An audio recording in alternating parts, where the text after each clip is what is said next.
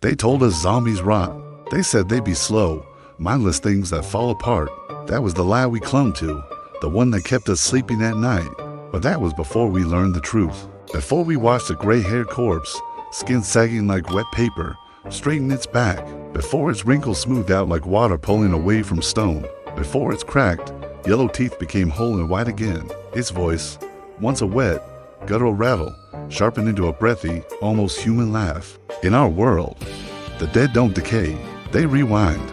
The longer a zombie survives, the younger it becomes. That's when we stopped counting days and started counting faces. Age became a countdown. Time was no longer our ally, it was theirs. I learned this on day 417. I shot an old man in the head, and my hands wouldn't stop shaking afterward. Not because I killed him, but because he looked relieved. His eyes, cloudy just seconds ago, cleared just before the bullet hit. It was like he understood what I was doing for him. Like he was grateful I wouldn't let him become something worse. Everyone knew the stages, even if no one dared say them out loud. First, they rise as they died stiff, broken, clumsy. Weeks pass and they heal. Months pass and they strengthen.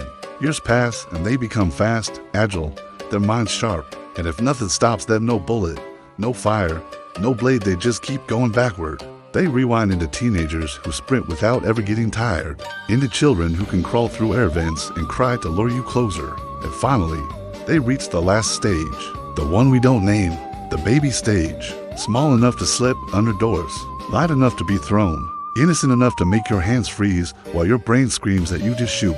By then, they're ancient, centuries old in reverse, their instincts sharpened by lifetimes of survival.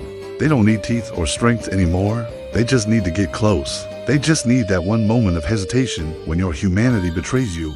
I know this because I saw one. Everyone eventually does. Rumors always become sightings, and sightings always become funerals. The first time I heard about it, I laughed. It was a nervous, hollow sound. Someone said, the baby zombies are the worst, and it sounded like something fear invented, something too cruel to be real. But fear doesn't invent things in this world. It just remembers them early. By the time we reached the ruins of the city hospital, the laughter was gone. It was replaced by rules, carved into concrete walls with knives and charcoal. Don't trust age. Don't wait. Don't turn around. Kill the youngest first. Those rules broke people faster than the zombies did. You can train yourself to kill monsters, but you can't train yourself to kill what looks like your past, what looks like your children, your siblings, yourself. That's how society really collapsed. Not from bites or from being outnumbered. It collapsed from hesitation. Soldiers froze when the enemies got smaller. Police officers dropped their weapons when the screams sounded inhuman.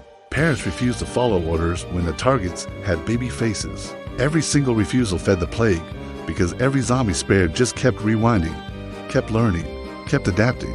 Soon, strategy replaced mindless hunger. They started setting traps instead of just charging at fences. They waited outside the ruins of nurseries, daycares, and playgrounds. They understood something we didn't want to admit. Humans will always protect children, even when they know better. I was still pretending I could be different, that I'd pull the trigger no matter what. That survival had burned away all my softness. I was pretending, right up until the day we found the stroller. It was rusted, but weirdly clean, sitting right in the middle of an empty street like an offering. Everyone stopped, guns raised, breath held. Strollers don't just appear without intention anymore. And intention means intelligence. Intelligence means age not forward, but backward. The radio crackled with orders to destroy it from a distance. But no one moved, because then the crying started. It was soft and broken, and real enough to cut right through your armor. This wasn't a recording. It wasn't a trick. It was alive. Baby zombies don't just imitate. They remember. They remember being held, being loved, being protected. And they weaponize it. Someone next to me whispered, "It's just a baby." That one sentence killed 3 people. The moment he stepped forward, the stroller tipped. Not by accident, but by choice. Something small and fast launched itself from inside, like a spider made of pale skin and impossible joints. It didn't bite his neck or tear his throat. It latched onto his face, tiny fingers digging into his eyes, its mouth opening far too wide for a child, the jaw unhinging like it remembered teeth it no longer had. The screaming that followed wasn't just pain, it was realization. He understood in that moment that this thing had lived longer than anyone left alive, that it had outlasted cities, outlearned entire armies, that it had watched generations die while it just kept getting younger. By the time We shot it delayed. Always delayed. It didn't die like the others. It didn't collapse or twitch. It just went still, peaceful, almost sleeping, like a baby finally being held again. And that broke us more than the attack ever could. Death looked like a mercy. Killing it felt like finishing a lullaby. After that day, the rules changed again. Distance wasn't enough anymore. Youth equaled danger. Every time you saw a child-shaped figure moving alone, you either ran or you burned the whole place down. Mercy had become extinction. And still, the zombies adapted. When you're rewinding through time, you don't forget. You refine. You shed your weaknesses. We started noticing patterns. The oldest looking zombies were the dumbest, slow, and easy to kill. But the youngest looking ones never appeared alone. They didn't need to. They commanded. The teenagers followed signals we couldn't hear. The children scouted and marked routes for them. And the babies waited in the places where killing was the hardest. Somewhere along the way, we stopped calling them zombies. We started calling them the young. Because names matter. Rot implies decay, and decay implies an end. These things didn't end. They reversed. And reversal doesn't mean undoing. It means choosing which parts to keep. They kept the parts that helped them hunt us. I learned just how far that went when we finally captured one. Not a baby, not a child, but a teenage stage one. It had sharp eyes and scars that didn't match its young body scars earned in a future it was running away from. We chained it up. We studied it. We argued about ethics until ethics felt like a luxury we couldn't afford anymore. And then it spoke. Yes, they speak at that stage, quietly, carefully. It didn't beg. It didn't threaten. It just asked a question that still haunts me. It looked right at us and said, "Do you know what comes after baby?" No one answered.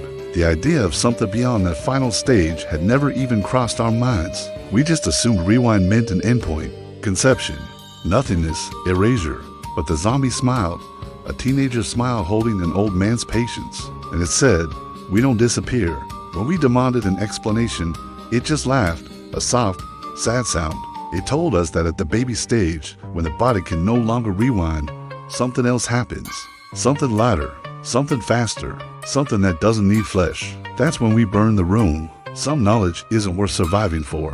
If the dead don't truly end, if they only change form, then killing isn't a solution. It's just a delay. After that, hope collapsed faster than the city walls.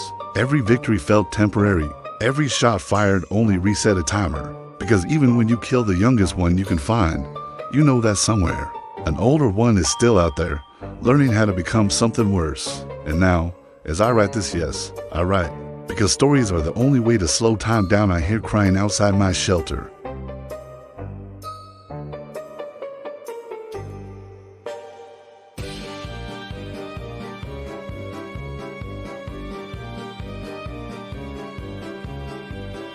And sometimes, the most dangerous thing you can possibly do is remember who you used to be, because the dead are counting on it, rewinding patiently, just waiting for us to hesitate one last time.